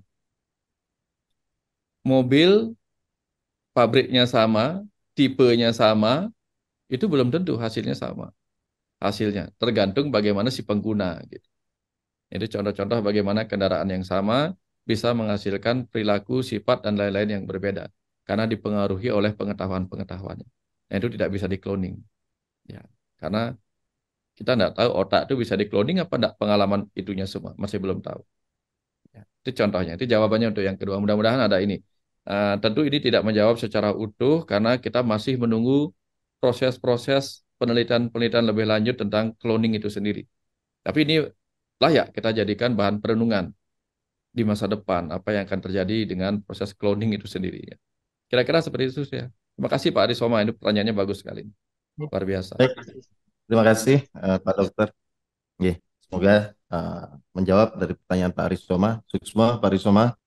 Baik, kita lanjut ke yang raise hand. Sementara ada Bu Endrawati.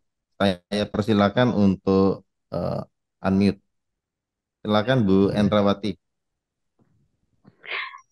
Ya, terima kasih. Salam Rahayu untuk Dok Wayan juga Pak Surya. Terima kasih atas kesempatannya. Rahayu. Salam Rahayu. Pertama, Dok Wayan, saya mau laporan bahwa kemarin di Zoom sebelumnya saya disarankan untuk agar anak saya mengikuti kesadarannya, nuraninya. Saya juga minta maaf misalnya sebagai seorang ibu banyak mengatur dan sebagainya. Juga Pak Surya, terima kasih juga sarannya. Laporan dari anak saya sudah tidak sesak lagi, Dok. Alhamdulillah, dan batuknya juga sudah tidak terdengar lagi. Kebetulan sekarang masih ada di rumah, tidak sesak, dan puji syukur matur suksma buat semuanya. Dan yang kedua, saya ingin bertanya bahwa yang saya alami melihat keluarga saya sendiri dalam proses mereka itu di akhir-akhir hayatnya kebanyakan didatangi oleh leluhur-leluhur yang sudah tiada. Misalnya itu uyut saya datang, itu ini ibu saya datang. Nah, kalau mereka sudah didatengin itu nggak lama, misalnya bisa di hari itu juga atau mungkin besok ikutan seperti ikutan ya tidak ada gitu dok. Dan yang saya tanyakan apakah mereka memang ditugaskan untuk menjemput? Kalau memang ditugaskan berarti para leluhur yang menjemput itu ada di dimensi tertentu untuk mungkin bergabung lagi dan belum bereinkarnasi atau mungkin belum masuk dimensi-dimensi yang lebih lanjut misalnya ke alam cahaya gitu dok. Saya Ya, itu masih bingung ya, dengan ya, soalnya sering banget seperti itu dok. Itu yang kedua tapi sedikit lagi yang ketiga dok, Ya, kalau uh, ada juga yang ke ini ketakutan, ketakutan misalnya dengan mata melotot ketakutan atau teriak-teriak dan yang misalnya teriak begitu kayak ada sesuatu yang datang gitu. Eh, apakah ruh yang keluar dari tubuh itu juga keluar lewat berbagai ini organ tubuh gitu? Mungkin lewat mata misalnya gitu, nggak nggak hanya lewat ubun-ubun begitu dok. Jadi ada fenomena-fenomena yang uh, terlihat seperti itu dan saya memang ya. belum paham begitu dok. Baik, Makasih Bu dok Hendra. Pak Surya, terima Ya, kasih. terima kasih Bu Hendra pertanyaannya. Jadi eh, ini banyak juga pertanyaan Pak Dokter yang mungkin ya seharusnya kita akan jawab di sesi berikutnya, yaitu bagaimana proses roh itu berpulang. Tapi dipersilakan Dok untuk ya. menjawab dari Bu Hendra. Silakan. Ya, makasih kembali Bu Endra untuk apa yang sudah dicapai bersama anaknya. Nah, kalau dari neuroscience ya, mungkin saja akan mengatakan bahwa apa yang dilihat oleh orang-orang yang mau menjelang kematian itu, entah melihat roh-roh orang-orang yang dulu pernah meninggalkannya, sudah meninggalkannya, roh leluhur dan sebagainya itu. Mungkin saja itu berkenaan dengan fungsi otak yang mulai sangat menurun, sehingga muncullah ingatan-ingatan yang paling dalam, ingatan-ingatan masa lampaunya. Sehingga tentang leluhur itu yang dia bayangkan, dia muncul dan sebagainya. Mungkin itu yang akan dirasakan. Tapi itu pun kita tidak pernah bisa membuktikan karena saya belum tahu apakah ada alat untuk bisa menilai, mengukur, ya, apakah benar ada proses di otak manusia yang belum mau meninggal itu, sehingga yang proses itu menyebabkan ingatan-ingatan lama yang muncul, ataupun itu hanya hipotesa-hipotesa juga bahwa yang terjadi adalah penurunan kemampuan otak sehingga muncullah kenangan-kenangan itu yang sebagai bayangan-bayangan leluhur bisa saja seperti itu. Tapi belum ada penelitian yang menunjukkan fakta-fakta, bukti-bukti, data-datanya juga. Lalu kemudian kita akan beralih kepada cara kita memandang dari sudut yang lain, yaitu sudut spiritual. Memang itu bukan fenomena yang tidak biasa, itu fenomena yang biasa. Ibu saya, bapak saya juga ketika meninggal mengalami hal yang sama. Dia merasa didatangin orang tuanya, didatangin orang-orang yang dulu sudah mendahuluinya, yang pernah ada bersamanya. Benar apa tidaknya itu? Bagus sekali kalau kita beralih kemudian melihat apa yang diteliti oleh Dr. Michael Newton lagi-lagi dengan buku Journey of Soul-nya. Nah, dari situ kemudian ada penjelasan yang bagus, ya, penjelasan yang bagus bahwa pada kebanyakan orang yang belum benar-benar pengalaman untuk pulang, dia membutuhkan bantuan dari roh-roh terdahulu, roh leluhurnya, untuk menemani kepulangannya, mengantarnya. Samalah dengan kita misalnya pergi naik pesawat atau apa gitu. Ada yang mengantar kita masuk ke apa namanya? ke bandara, kemudian bahkan membantu kita mengurus yang lain-lainnya. Atau begitu kita turun sudah ada yang menunggu kita di sana. Di ruang tunggu sudah ada yang menunggu kita untuk mengantar kita dari bandara ke tempat tujuan kita. Nah, tentu orang yang menunggu itu orang yang tidak kita kenal. Yang kita kenal. Atau kalaupun tidak kita kenal, kalau kita ke bandara kan ada yang dia membawa apa namanya? Ya, pamflet nama lah. Saya mencari ini dan sebagainya. Nah, dalam penerbangan ke alam sana itu seringkali kita akan didatangin oleh roh-roh leluhur kita atau orang-orang yang kita cintai yang sudah ada duluan di sana. Supaya kita dengan mudah beradaptasi dan ikhlas melepaskan dunia ini. Karena apa? Di sana kita tidak mengalami keterasingan. Kita segera bertemu orang-orang yang pernah kita cintai.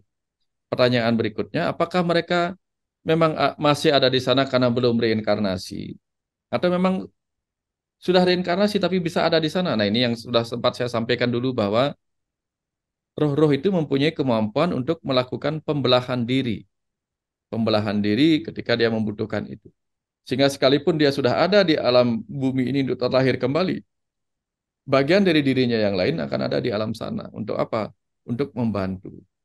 Membantu roh yang baru pulang. Ya.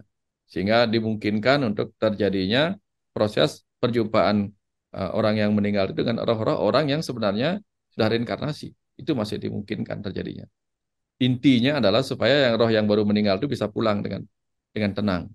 Nah, kalau dia pulangnya tidak tenang, ada keterikatan yang kuat kepada tubuh ini, kepada kehidupan ini, atau ada rasa takut yang luar biasa kepada alam kematian, disitulah kemudian ada proses pergolakan. Pergolakan yang menyebabkan dia berusaha untuk mempertahankan kehidupannya. Sama seperti orang yang mau tenggelam, dia berontak. Ya, dia mencoba secara tubuh berontak untuk tidak mau mati. Hal yang sama terjadi pada orang yang tidak ingin mati, takut meninggalkan kehidupan duniawi, sehingga ada ketersiksaan yang lain. Belum lagi proses dalam fisiknya menyebabkan dia mengalami hipoksia atau kekurangan oksigen, sehingga nyeri sarafnya luar biasa. Nah, jadi itu yang menyebabkan dia bisa teriak-teriak kesakitan dan sebagainya. Tetapi pada orang yang sudah tenang, bahkan pada orang-orang sudah terbiasa meditasi, yang tahu akan kapan kematiannya tiba, dia malah malah bisa berpesan kepada orang-orang, hari ini kakek mau pulang, siapkan dirimu, bla bla bla. Kemudian dia hembuskan napasnya dengan tenang dan pulang. Itu banyak orang juga yang mampu seperti itu. Nah, inilah dualitas. Ada yang mampu, ada yang tidak mampu, itu biasa. Nah, kita nanti tidak tahu seperti apa nanti.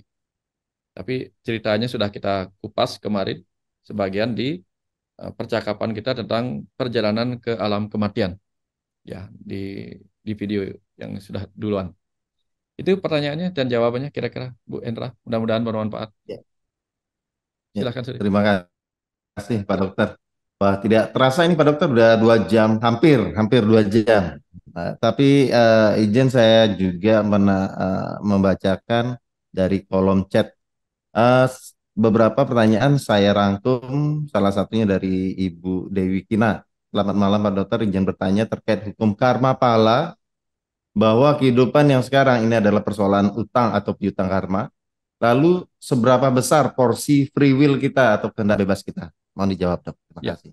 salah satu kehendak bebas kita adalah menerima atau menolak. Itu salah satu yang terpenting dalam urusan utang karma. Kalau kita menolak utang karma kita, maka mungkin kita akan melakukan reaksi-reaksi ego berikutnya. Itu free will kita. Jadi kita diberikan kehendak bebas untuk belajar apa tidak belajar, untuk menerima apa menolak utang karma kita. Jadi kalau kita dengan free will kita kemudian memperbaikinya, maka kerusakan itu akan terjadi. Apa namanya? Kerusakan itu akan terjadi perbaikan. Tapi kalau kita menolak, maka dia tetap akan menjadi hutang. Nah, contohnya begini. Kita punya hutang di sebuah bank. Lalu datanglah debt kolektornya datang. Debt kolektor datang. Pilihan kita apa? Fight or flight? Lari dari kedatangan debt kolektornya. Apa kita fight dengan membayarnya atau kita melakukan perlawanan bahwa kita tidak mau membayar? Tidak akan menyelesaikan hutang piutang kita, hutang-hutang kita kepada bank itu sendiri. Nah, itu free will kita. Kita memiliki kehendak bebas untuk bereaksi terhadap apa yang datang itu. Nah, karena kita belum belajar, maka kebanyakan reaksi kita adalah reaksi ego, bukan reaksi rohani.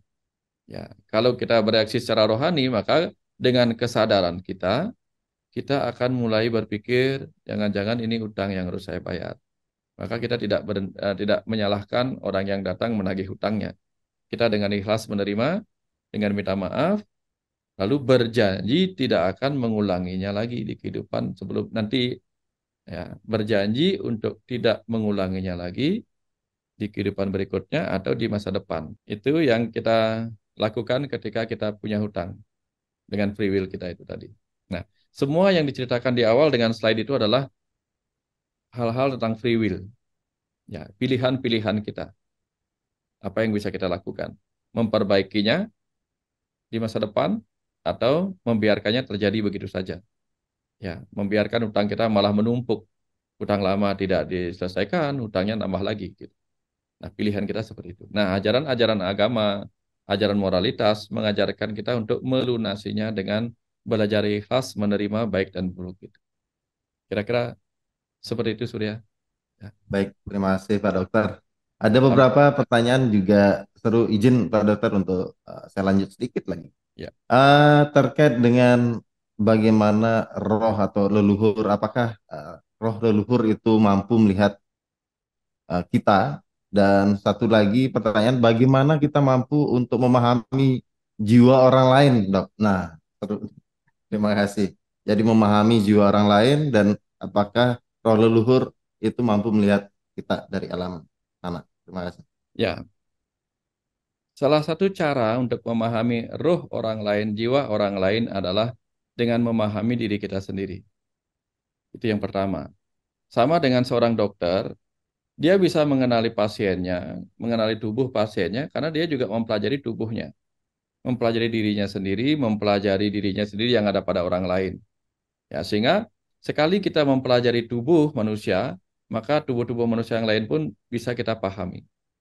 Nah, sekali kita mengenali roh diri kita, roh siapapun, atau jiwa siapapun, kita akan bisa mengenali jiwa-jiwa orang lain. Makanya ada pelajaran ilmu jiwa. Sekali kita bisa membaca bahasa tubuh seseorang dengan detail, kita bisa juga membaca bahasa tubuh orang lain. Jadi intinya adalah untuk bisa mengenali jiwanya orang, kita harus belajar lebih dulu mengenali diri kita sendiri. Nah, apakah kemudian roh leluhur di alam sana bisa melihat kita? Bisa melihat kita. Sesama roh itu bisa melihat walaupun tanpa menggunakan mata seperti yang kita miliki saat ini. Bukan seperti mata kita ini. Karena di sana tidak dibutuhkan mata, tapi sesuatu yang lain. Ya, jadi mereka bisa melihat kita dan kita pun mungkin bisa melihat mereka kalau kita dibukakan mata ketiga dan mempunyai kemampuan untuk bisa melihat itu, untuk menangkap makhluk-makhluk energi itu. Kan karena kadang-kadang kan kita tidak bisa menangkap karena kemampuan mata kita tidak terasah untuk itu. Ya, tapi kalau mata kita terasah untuk bisa melihat sesuatu yang luar biasa, yang dalam bentuk energi itu, mungkin kita akan bisa. Tetapi saran saya nggak usah belajar begitu, nggak usah belajar melihat makhluk-makhluk alam sana, Karena nanti malah susah kita. Mau kemana-mana, ketemu makhluk-makhluk alam sana, malah jadi bingung sendiri kita. Ya, alam menyiapkan kita untuk hanya bisa melihat alam material, ya sudah, itu nikmati. Karena itu yang terbaik buat kita. Nah, kira-kira seperti itu, Surya. Baik, Suksma. Izin Bapak Ibu semua, karena waktu sudah hampir bahkan sudah mendekati sekali 2 jam. Izin satu pertanyaan terakhir yang resen yaitu Bapak Wayan Widarsana. Untuk yang lain Bapak Ibu dipersilakan untuk bergabung di grup Telegram kami yang sudah saya bagikan di kolom chat untuk bisa menyambung lagi dialog kita hari ini di Telegram. Baik, silakan untuk Bapak Wayan, saya izinkan untuk dipersilakan unmute Pak Wayan. Terima kasih. Oke, selamat malam Pak. Oke, Saya mau bertanya mengenai karma buruk atau dosa ya. Apakah karma buruk atau dosa itu bisa dihapus dalam kehidupan ini Pak? Ya, baik. Atau Terima kasih. tidak karma buruk ya? ya. Ya, ya. Silakan Pak Dokter. Oke. Karma pahala buruk. Jadi, misalnya karma buruk ini ya. Misalnya karma buruk. Kita melakukan sebuah tindakan yang disebut karma buruk. Apakah bisa dihapus? Tentu saja karma itu, tindakan yang sudah kita lakukan tidak bisa dihapus. Jadi, apapun yang sudah kita pikirkan, yang sudah kita ucapkan, yang sudah kita lakukan tidak akan bisa dihapus. Karena dia sudah berlalu. Kita tidak bisa mengambil dari sesuatu di masa lalu. Tetapi kita bisa menutupinya sehingga pahalanya tidak terjadi. Misalnya ini, kita terlanjur makan cabai, tentu efeknya akan pedas. Nah, supaya efek pedasnya bisa tidak terasa, kita seringkali makan gula yang banyak, gitu misalnya. Sehingga tertutupilah rasa pedasnya oleh rasa manis. Itu contohnya. Tapi rasa pedas itu masih ada di situ. Cuman tertutupi oleh rasa manis. Sama dengan misalnya gigi kita sakit. Gigi kita sakit. Lalu kita dibius, gigi kita disuntik dengan obat bius. Rasa sakitnya hilang, tapi penyakitnya nggak hilang. Ya, nanti begitu rasa biusnya hilang, muncul lagi rasa sakitnya itu. Nah, artinya hal yang sama terjadi. Nah, lalu bagaimana supaya pahala dari karma buruk kita tidak muncul di kemudian hari? Tentu kita bisa dengan cara meminta maaf. Makanya dalam ajaran kita di Bali, kita selalu memanjatkan doa yang dalam puja Trisandya 3 kali sehari itu. Yang bagian akhir, Om Kesama Swamam Mahadewa dan seterusnya. Yang terakhir itu, Om Kesantawiyo Kayika Dosa. Ya Tuhan yang Maha Pengasih dan Maha Penyayang, maafkanlah apa yang hal buruk yang pernah kulakukan. Kayika, kaya. Maafkan hal buruk yang pernah kuucapkan, wacika. Maafkan hal buruk yang pernah kupikirkan, manacika, mana sadosa gitu. Ya. Kayika dosa, wacika dosa, mana sadosa gitu. Artinya semua dosa-dosa pikiran, perkataan dan perbuatanku tolong dimaafkan. Kepada siapa sesungguhnya permintaan maaf itu disampaikan? Kepada Sang Ruh dalam diri kita. Tuhan dalam diri kita itu percikan Tuhan berupa Atman. Sehingga nanti ketika kita minta maaf, yang menerima pahala nanti itu bukan kita yang ini, tubuh ini, bukan. Sang Ruh itu yang merasakan nanti. Ketika kita minta maaf, dia akan menerima apa yang menjadi pahala dari tindakan kita dalam kehidupan ini. Sehingga ketika kita menerima, itu tidak akan menyakitkan. Contoh misalnya, ketika kita dipukulin orang dari belakang, kita mungkin sakit kalau kita menolak. Tapi kalau orang yang mukulin itu adalah tukang pijat kita mungkin akan senang karena justru itu membuat kita hilang dari rasa sakit. Sakit pegel misalnya dipukul-pukulin ya. Gitu. Itu contoh. Kalau kita kesetrum listrik, mungkin kita akan marah-marah kalau disetrum sama orang. Tapi kalau ada orang yang melakukan terapi listrik pada kita dan kita terima, itu tidak akan menjadi rasa yang buruk terhadap apa yang kita sebut tindakan buruk tadi. Nah, ini contoh bagaimana kita menetralisir hal buruk yang pernah kita lakukan dengan cara apa? minta maaf, dan penerimaan. Inilah fungsinya penerimaan yang ikhlas itu. Dengan penerimaan yang ikhlas, apapun hal yang buruk akan menjadi bisa netral. Hal yang baik pun menjadi netral. Nah, kira-kira seperti itu yang bisa kita Baik, lakukan untuk menghapus, tanda petik, bukan menghapuskan, hilang, bukan. Kita menumpuk dengan sesuatu yang lain, sehingga yang lama itu kita bisa abaikan, bahkan kita bisa terima dengan penuh keikhlasan, dan dia menjadi sesuatu yang luar biasa. Ya, kalau orang buang sampah kepada kita, ya mungkin kita akan marah-marah. Tetapi kalau kita bekerja sebagai tukang sampah, diberikan sampah, kita mungkin akan senang karena itu tugas kita. Ya, akan berbeda kalau itu bukan tugas kita adalah seorang bos, diberikan sampah, marah-marah kita. Ini contoh.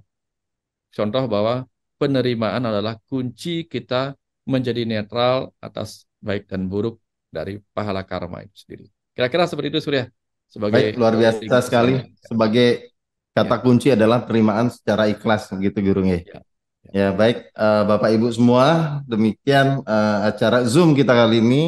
Ya, tentu saja sebagai jiwa ya, dalam kehidupan ini banyak hal yang harus kita selalu pelajari sebagai eh, tugas kita, terutama dalam kehidupan jasmani maupun rohani. Tadi dikatakan bahwa kita juga menyelesaikan hutang pelajaran karma, kemudian merasakan ya, pengalaman kehidupan dalam kehidupan hidup, kemudian ada menyerap pembelajaran-pembelajaran dalam kehidupan, juga kita meningkatkan kesadaran dalam tahapan. Terima kasih Pak Dokter, luar biasa sekali, dan Sama-sama. mudah-mudahan acara sejenis kita bisa lakukan lebih rutin lagi. Dan Eh, Bapak Ibu semua, Surya, sebelum ya ditutup, silakan, sebelum tutup, silakan. Bapak Ibu yang pertanyaan-pertanyaannya hari ini belum sempat dijawab, ya, belum sempat Ya, dijawab. Nanti kita akan berlanjut lagi nih. Pembelajaran kita akan berlanjut lagi, dan mungkin pertanyaan yang tak terjawab hari ini bisa ditanyakan pada berikutnya lagi. Karena kita masih punya waktu setahun ini, setahun panjang ini untuk terus menggali lebih dalam lagi. Dan silakan kalau pada saat itu muncul pertanyaan yang sekarang ditanyakan, silakan, tidak apa-apa. Ya, karena kita terbatas waktu. Jadi kalau dimasuk ke video itu kelamaan, bosan juga ini. Cukup 1,5 jam atau 2 jam lah maksimal. Kira-kira seperti itu. Tambahannya Surya. Sukses Surya. baik. Suksma kembali saya sampaikan Suksma Guru, Suksma Pak Dr. Wayan Mustika. Bapak Ibu, demikian Zoom kita kali ini. Semoga apa yang kita terima hari ini sebagai bentuk pesan-pesan dari kecerdasan semesta tak terbatas menjadi satu pembelajaran baru bagi pegangan kita untuk menjalani kehidupan, dan nantinya mampu menerima secara ikhlas apapun yang terjadi dalam kehidupan kita, baik visi maupun misi kita dalam sebagai jiwa atau percikan kecil dari Sang Maha Kuasa. Baik, saya rasa itu saja Pak Dokter. Terima kasih atas waktunya. Bapak Ibu semua, saya akan izinkan untuk buka atau unmute semuanya untuk saling bertegur sapa sekian menit. Baik, terima kasih. Saya tutup dengan Prama Santi, Om Santi Santi Om. Wassalamualaikum warahmatullahi wabarakatuh. Salam sejahtera untuk kita semua. Rahayu, salam, salam bahagia, penuh berkah untuk kita semua. Terima kasih Bapak Ibu semua, jiwa-jiwa pembelajar. Sukses semua sekali lagi Guru Dr. Wayan Mustika atas pencerahan untuk kita para pembelajar di Dialog Rumah Semesta. Terima kasih. Selamat malam semuanya, Bapak Ibu. Silakan. Terima kasih ya. Terima kasih. Terima kasih kembali. Rekan semuanya, terima kasih. Terima kasih Terima kasih semua. Pak Wayan. Terima kasih. Terima kasih. Terima kasih Terima kasih. Pak Wayan.